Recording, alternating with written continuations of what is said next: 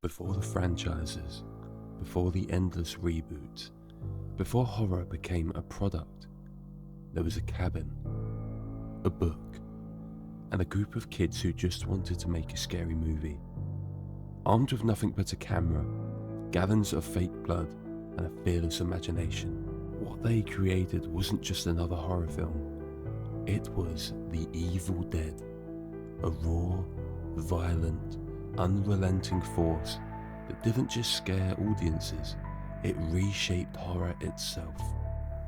Across 4 decades, Evil Dead evolved, from brutal terror to slapstick madness, mythic fantasy to modern, unflinching horror. Each time the genre changed, it changed with it. This isn't just a story of Ash Williams, or the Deadites, or even the Book of the Dead. It's a story of how horror survives, how it mutates, how it festers, how it refuses to die, just like evil itself. This is the evolution of the Evil Dead, and the bloody trail it carved through horror history. Let's open the book and see what horrors still lurk inside. The original Evil Dead is often remembered for its relentless, over-the-top horror. But the story of how it came to be, that's almost as wild as the movie itself. It starts with a group of friends, a remote cabin, a mysterious book, and an absolutely absurd amount of fake blood. But rewind just a little further, and you'll find a 20-year-old Sam Raimi, a kid from Michigan who is desperate to make a real movie, not just another backyard Super 8 film, something bigger, something that could get into theatres. Armed with nothing but passion, a few equally reckless friends, and a script originally titled The Book of the Dead, Raimi set out to create what he hoped would be the ultimate experience in grueling horror. Yes, The Book of the Dead, that was the original title, but during the early stages of distribution, producer Ivan Shapiro suggested a change. Worried that the word book would make it sound boring, even academic, he told Raimi bluntly, "If you call it The Book of the Dead, kids will think they have to read." And so, The Evil Dead was born. A simpler, sharper name, and honestly much more fitting for what audiences were about to experience. Production on The Evil Dead was famously brutal. The tiny crew, mostly friends from high school and college, shot deep in the Tennessee woods, often working 16-hour days, sleeping in cars or on set, battling freezing temperatures, injuries and exhaustion. By the end, they were jokingly calling the film The Evil Dead because making it felt like dying a little. Sam Raimi, for all his youth, had a crystal clear vision. He wanted the camera to move like a living thing, to prowl, to crash, to possess. Since there was no budget for fancy equipment, Raimi and his crew invented their own rigs, the most famous being the so-called shaky cam, where they literally mounted the camera onto a piece of wood and sprinted through the forest, simulating the perspective of an unseen demonic force. This decision, born out of necessity, accidentally created one of the most iconic horror shots of all time. The evil in The Evil Dead was never seen, it was felt, it moved, and it was always coming straight at you. And then there was the Necronomicon Ex Mortis, the so-called Book of the Dead, bound in human flesh, inked in blood, and naturally just sitting around for our unlucky heroes to find. In The Evil Dead, there's no real explanation for the book's existence, no ancient cults, no drawn-out lore, just one simple, horrifying fact.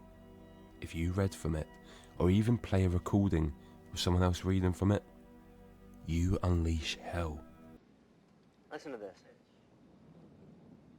This is the tape I found downstairs. It has been a number of years since I began excavating the ruins of Kandar with a group of my colleagues. Now my wife and I have retreated to a small cabin in the solitude of these mountains. Here I continued my research undisturbed by the myriad distractions of modern civilization and far from the groves of academe. I believe I have made a significant find in the Kandarian ruins, a volume of ancient Sumerian burial practices and funerary incantations. It is entitled Naturan de Manto, roughly translated, Book of the Dead. The book is bound in human flesh and inked in human blood. It deals with demons, demon resurrection, and those forces which roam the forest and dark bowers of man's domain. The first few pages warn that these enduring creatures may lie dormant, but are never truly dead. They may be recalled to active life through the incantations presented in this book. It is through recitation of these passages that the demons are given license to possess the living. Hey, what'd you do that for? It's just getting good. I just don't want to hear it anymore, that's all. Scott, come on. Throw the bone, yeah. Hey, come on, I just want to hear the rest of it. No big deal. Tatra amistrobin hazarta. Tatir mano mansizon hazan sobar. Samanda robza. Dar his hiker dans de rodza. Gandar. Shut it off. Gandar. Shut it off. Gandar.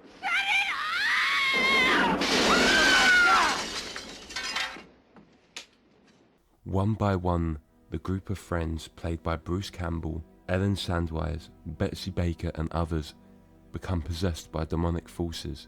And possession in Raimi's hands wasn't just some creepy whispering or eerie head tilts. It was grotesque, visceral, loud. Makeup effects were crude but deeply unsettling, achieved with a mix of latex, oatmeal, syrup, and literal garden hoses pumping gallons of fake blood. Heads were decapitated, limbs were severed, faces melted, bodies rotted on screen, and all of it was practical. There was no CGI, no post-production wizardry, just old school camera tricks, homemade prosthetics, and buckets of corn syrup blood dyed different colours depending on the scene. Raimi even pioneered a trick known as reverse motion, filming destruction scenes backward and playing them forward to create surreal, twitching, otherworldly effects. It looked unnatural because it was unnatural, and that made it scary. It's important to remember at this point, most mainstream horror was becoming more polished. Movies like The Shining and The Omen had big budgets, studio support, meticulous production design. The Evil Dead was the exact opposite. It was raw, ugly, chaotic, but that chaos is what made it feel real. It was a movie that wasn't just trying to scare you, it was trying to punish you. There's barely any backstory in The Evil Dead, no hand-holding, no mythology-heavy exposition. You're trapped in the cabin, right alongside the characters. Isolated, hopeless, and utterly screwed. And that relentless, almost sadistic simplicity, it became one of the film's greatest strengths. Of course, audiences in 1981 didn't know what hit them. When The Evil Dead premiered, it shocked, disgusted, and amazed in equal measure. Stephen King himself famously called it the most ferociously original horror film of the year. And when the king of horror talks, people listen. Thanks to King's endorsement and a dedicated underground following, The Evil Dead became a cult phenomenon. It didn't just launch Sam Raimi's career, it didn't just turn Bruce Campbell into a B-movie legend, it changed horror. It reminded filmmakers and audiences that terror doesn't need a big budget, it doesn't need big stars, it doesn't even need a coherent mythology. Sometimes all you need is a cabin, a book, and the worst night of your life. And that was just the beginning.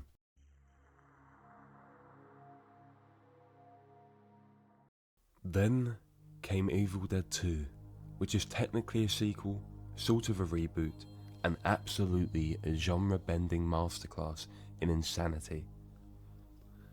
Behind the scenes, things weren't exactly smooth. After the first film's surprise cult success, Sam Raimi and Bruce Campbell wanted to dive straight into a true sequel, an all-new continuation of Ash's nightmare.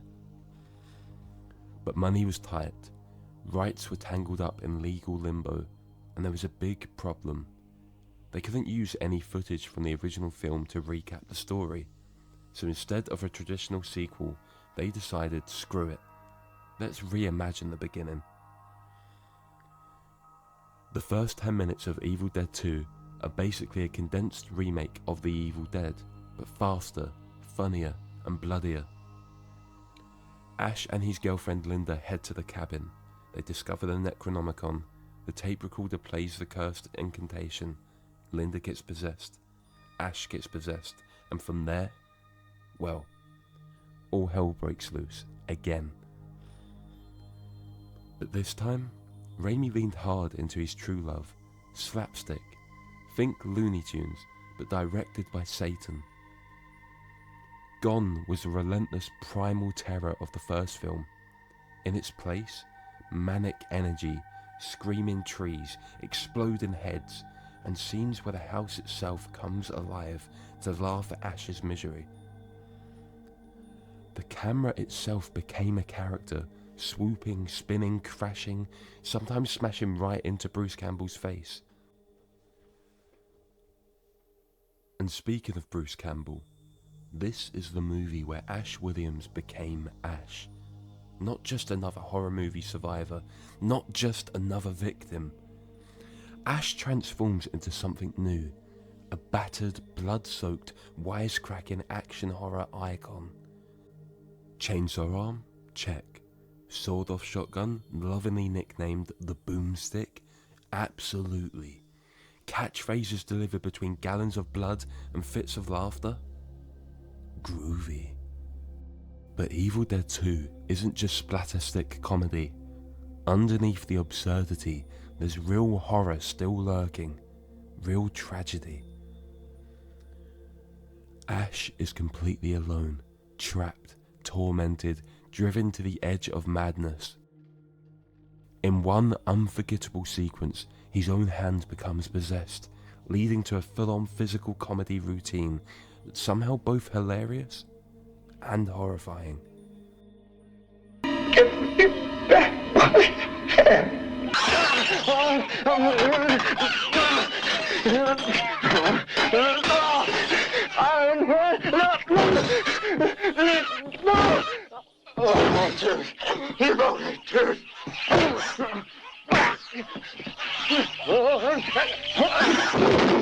And yes, Bruce Campbell did most of that hand fighting himself. When Ash finally cuts off his hand with the chainsaw, screaming, "Who's laughing now?" it's not just gory spectacle. It's the moment the franchise embraces its full, gleeful madness. And beneath all the flying eyeballs and exploding blood geysers, the mythology quietly deepens. We're introduced to Professor Nobi, the archaeologist who first discovered the Necronomicon Ex Mortis. Through audio recordings, we hear Nobi describe the ancient sleep of the Kandorian demons, malevolent spirits that can possess the living and corrupt the world. Suddenly, the evil Ash faces isn't random chaos anymore. It has history. It has lore. The Book of the Dead wasn't just some cursed object lying around. It was a weapon, an artifact, tied to an ancient darkness beyond human understanding. And Ash? Ash wasn't just unlucky. He was caught in a cosmic battle he couldn't even begin to comprehend. Of course, all he really wants is to survive the night. By the final act, new characters arrive, including Annie Nobi, the professor's daughter, and all hell literally breaks loose. The evil force grows stronger, Deadites multiply, the cabin becomes a living, breathing, screaming nightmare. And just when it seems like Ash might finally catch a break, the book's magic opens a portal through time, a literal wormhole, and Ash, shotgun, chainsaw and all, gets sucked into it. Thrown into a medieval wasteland surrounded by knights and demons. Because of course he does. Ash's battle was only just beginning. Evil Dead 2 stands today as one of the most influential horror films ever made. Not because it was the scariest, not because it had the biggest budget, but because it proved that horror could be wild, it could be funny, horror could be messy and kinetic and operatic all at once. It's the movie that taught an entire generation of filmmakers that breaking the rules could be the most terrifying and exhilarating thing of all. And as for Ash, let's just say his greatest adventure was still ahead.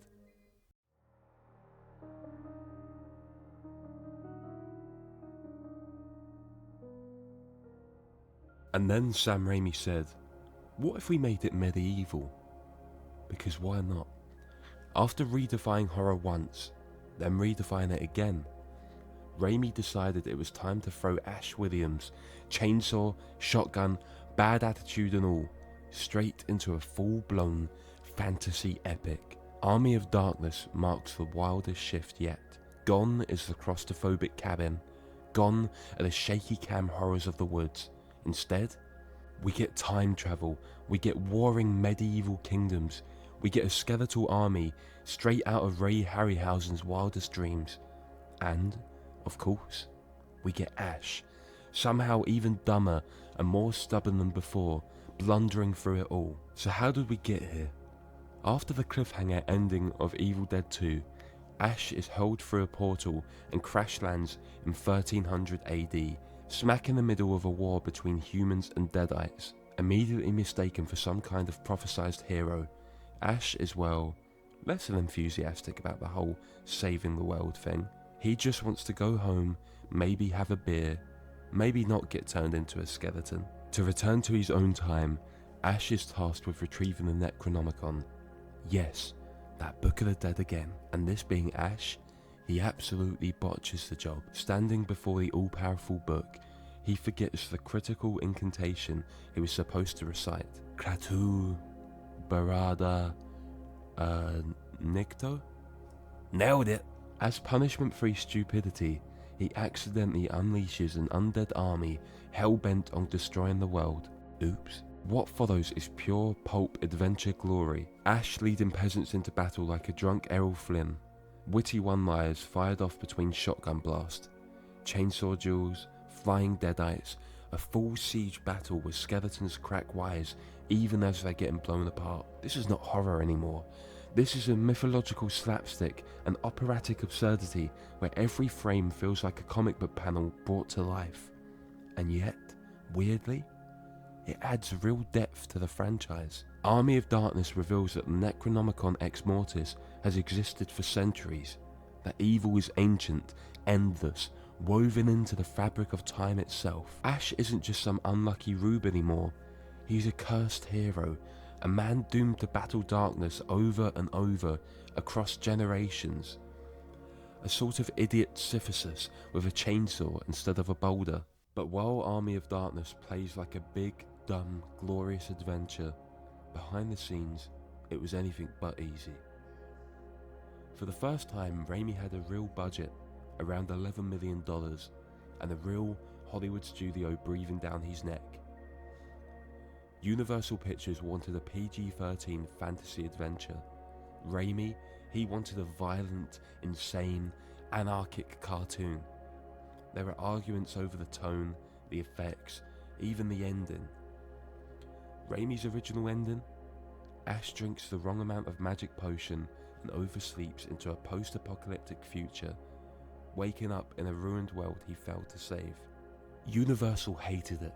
They demanded a new, happier ending, where Ash returns to the present, fights one last Deadite inside S-Mart, and delivers the legendary final line, "Hail to the king, baby." Both endings exist, both are perfect in their own way, one tragic, one triumphant, both pure Ash. Today, Army of Darkness stands as something truly unique. A horror sequel that morphed into a fantasy epic, a ridiculous adventure that somehow made the saga even bigger. A movie that proved Ash Williams wasn't just a survivor, he was a myth, a legend, a one-man army, chainsaw in one hand, shotgun in the other, fighting evil, messing up incantations, forever. But the story of Evil Dead wasn't over. Far from it, because decades later, the Deadites would rise again, and the nightmare would come back even bloodier.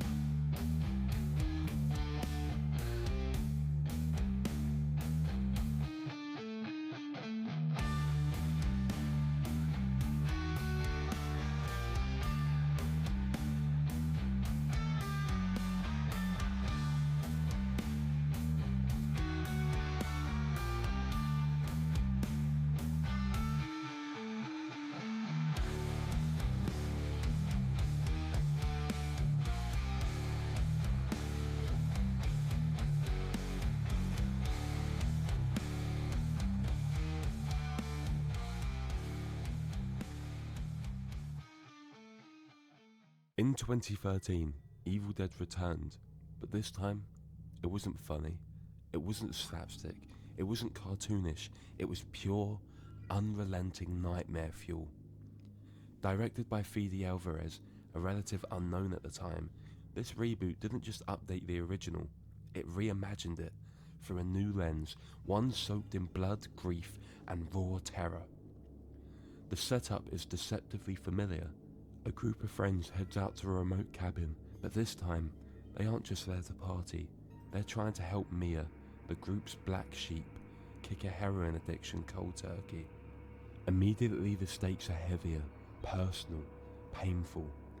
Mia's withdrawal becomes a perfect camouflage for the horror that follows, because when the Necronomicon is inevitably found, uglier, more disgusting, and more ominous than ever, the real nightmare begins. Alvarez made a bold choice. No Ash, no wisecracking hero, no chainsaw-wielding savior right from the start.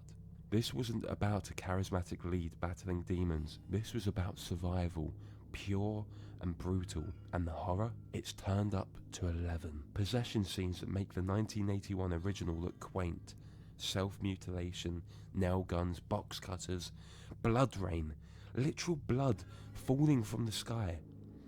By the film's end, it's not just messy, it's biblical. True to the spirit of Raimi's original, Alvarez insisted on using practical effects wherever possible. That means real fake blood, reportedly over 70,000 gallons used across production. Real prosthetics, real makeup, everything feels tangible, wet, heavy, sickeningly real. But underneath the carnage, the 2013 Evil Dead still respects the original's DNA. The Deadites are back, meaner and more vicious. The book is back, nastier and harder to destroy. The cabin is back, rotting and cursed as ever, and at the centre of it all is Mia. At first, she's the victim, possessed, hunted, broken, but by the final act, she becomes something new. An anti-Ash of sorts, chainsaw in hand, one arm maimed, fighting through hell itself. Not because she's the chosen one, but because she refuses to die. Mia earns her survival the hard way, through blood, through fire, through absolute, unthinkable trauma. In many ways, Evil Dead 2013 reflects a major shift happening across horror at the time, a turn away from irony and towards something more visceral, more serious, more psychological.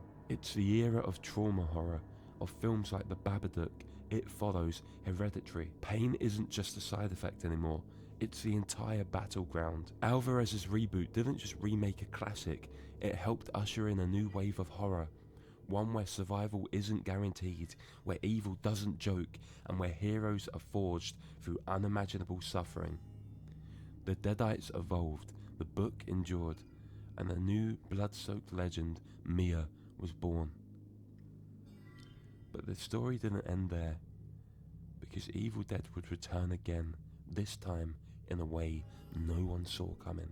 I am flesh and I am bone, rise up, ting ting like glitter and gold. I got fire in my soul, rise up, ting ting like glitter. This is gonna hurt. You gave peace a chance. Now it's time for war. My God. You can't outrun evil, Ash. Watch. Do you walk in the valley of kings? Do you walk in the shadow of men who sold their lives to a dream? Do you ponder the manner of things in the dark? Oh, they're coming in, all right.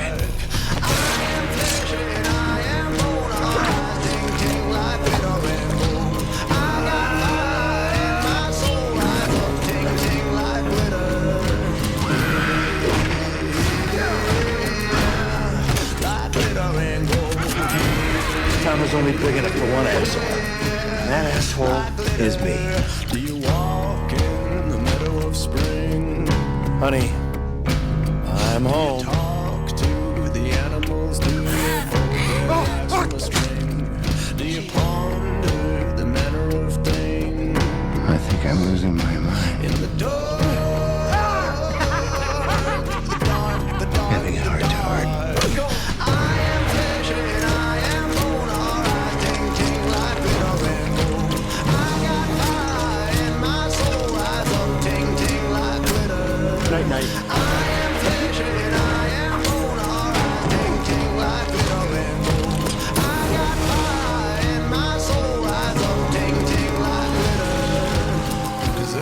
everybody in the back room spinning out. You don't remember what you're asking for, and everybody in the front room's tripping out. You left your bomb The Eagle has landed. Cause everybody in the back room's spinning out. You don't remember what you're asking for, and everybody in the front room's tripping out. You left your bomb at the door.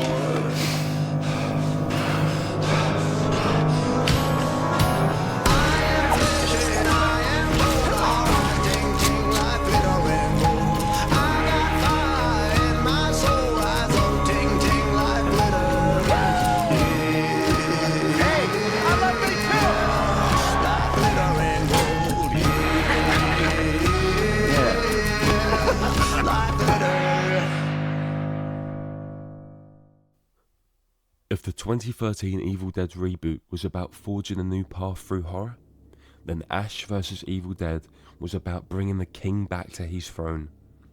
Bruce Campbell, the chainsaw, the boomstick, the swagger, the stupidity. After more than 20 years, Ashley J. Williams returned. Older, fatter, dumber, but somehow still humanity's last hope. Premiering in 2015 on Starz, Ash vs. Evil Dead picks up decades after Army of Darkness. Ash, he's not a hero anymore. He's a washed up stock boy at a value shop, living in a trailer, wearing a girdle, and lying to women about saving the world. He's a has-been, hiding from destiny until one drunken night, Ash, being Ash, accidentally reads from the Necronomicon again, and just like that, the Deadites return. And so does the fight. From the very first episode, Ash vs. Evil Dead makes one thing clear. This isn't a watered down TV spin-off. This is real Evil Dead. Bloody, gory, unapologetically insane. Heads fly, blood geysers erupt, demons screech and cackle. And it's all done with that same blend of practical effects, make-up wizardry, and gruesome horror that defined Raimi's original vision.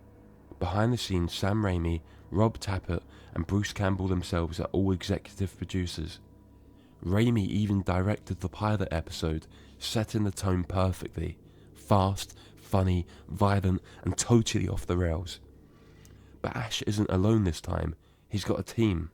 Pablo Bolivar, the loyal sidekick who believes Ash is some kind of prophesized savior. Kelly Maxwell, the badass skeptic with a mean streak and a love for heavy weaponry. And later, Ruby Noby, played by Xena herself, Lucy Lawless, a mysterious figure with her own ties to the Necronomicon. The show expands the Evil Dead mythology more than ever before. It introduces concepts like the Dark Ones, the Prophesized One, and a bloodline of evil stretching back centuries. Season 1 is pure road trip horror.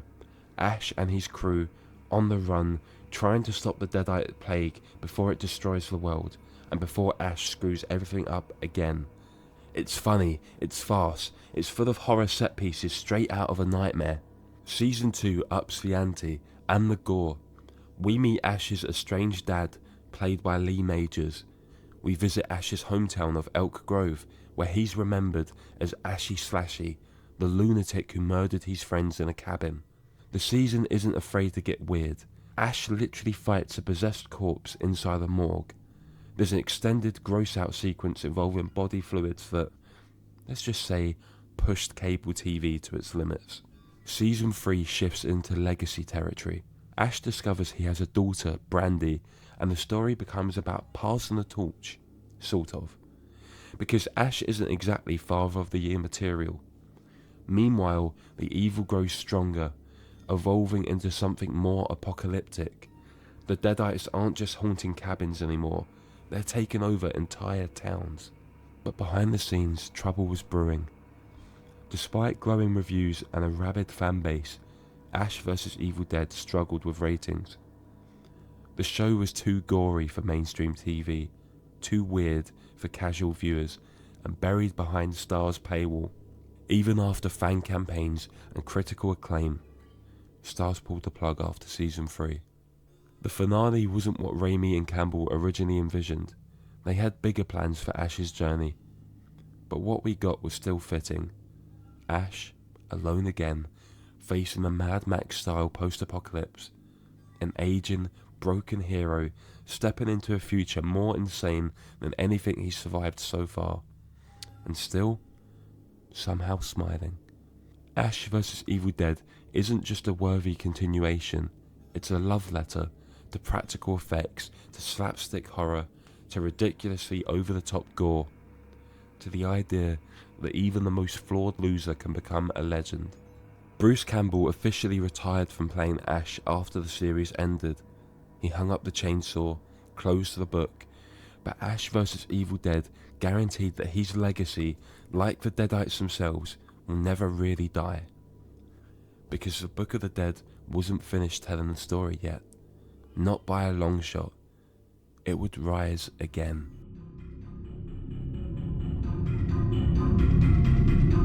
Oh, there you are.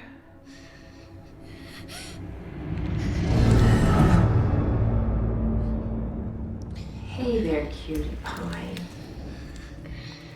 You don't look so good, Mom. Nothing a big ol' hug and kiss from you won't fix. After Ash vs. Evil Dead wrapped up, fans wondered, was that the final scream of the franchise? Had the Book of the Dead finally been closed? Not even close. In 2023, Evil Dead rose again, and this time, it was different. Very different.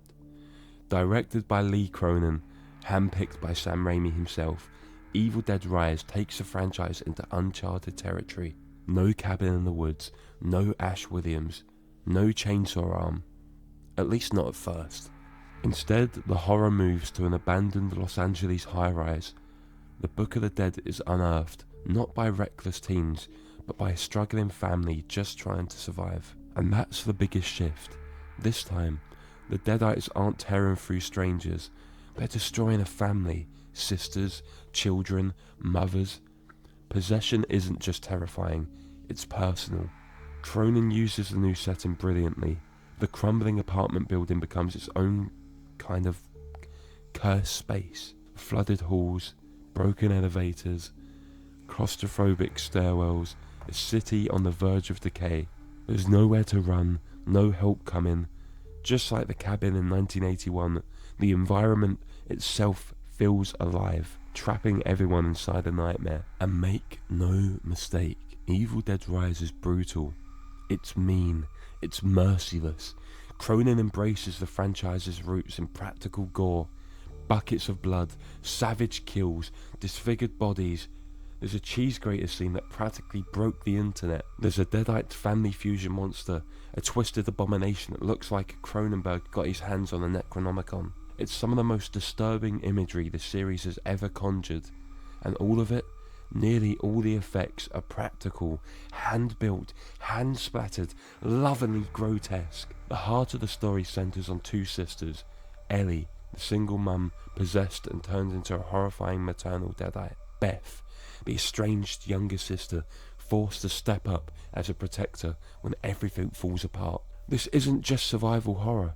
It's horror about parenthood, about inheritance, about what it means to be responsible for the next generation, even as the world crumbles around you.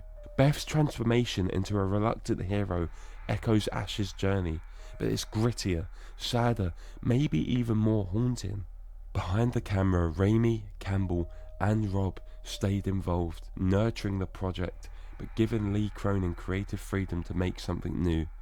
And it worked. Evil Dead Rise was a critical and commercial success, breathing new life into a 40-year-old franchise without abandoning what made it special. The chaos, the cruelty, the unrelenting, unstoppable evil. It proved something vital. The Evil Dead isn't tied to one cabin, or one hero, or even one era. The evil is eternal. It will always find a way to rise, and somewhere out there, that cursed book still waits, still whispering, still hungry.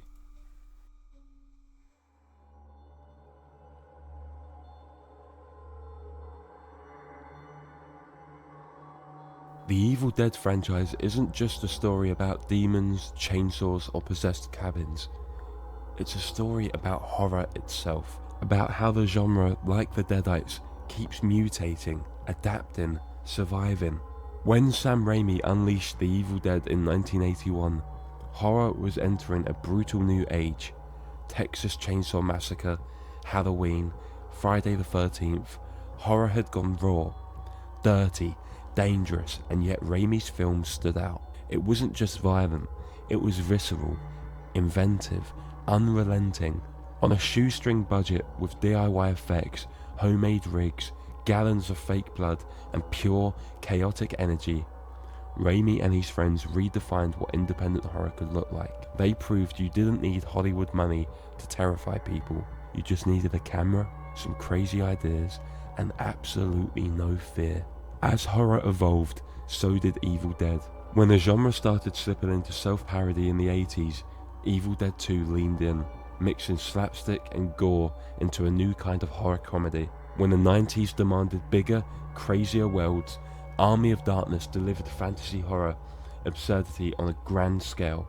When the 2010s brought a wave of elevated, artful horror, The Evil Dead answered back with Alvarez's brutal 2013 reboot, proving it could be deadly serious again. And when TV embraced genre storytelling, Ash vs. Evil Dead brought the franchise roaring back, hilarious, heartfelt, and somehow gorier than ever. Each time the genre changed, Evil Dead adapted. Each time horror trends shifted, Evil Dead evolved, but it never forgot its roots. Practical effects, relentless energy, a gleeful, anarchic spirit, and at the center of it all, the idea that evil is eternal. Chaos is inevitable, and survival is never guaranteed. The legacy of Evil Dead is massive. It showed generations of filmmakers from Peter Jackson to Robert Rodriguez to modern horror auteurs that you could mix horror with humor, slapstick with sincerity, blood with heart. It helped birth the slapstick subgenre. It pushed practical effects to new extremes. It inspired low-budget filmmakers to pick up a camera and shoot, no matter what. And the future? If Evil Dead Rise proved anything, it's that this franchise can survive without Ash, without the cabin, without the familiar faces. All it needs is a cursed book, an unlucky group of humans, and the promise that evil never really dies. The Book of the Dead is still out there, waiting, whispering, and as long as there are stories to tell, blood to spill, and new horrors to unleash, Evil Dead will always rise again.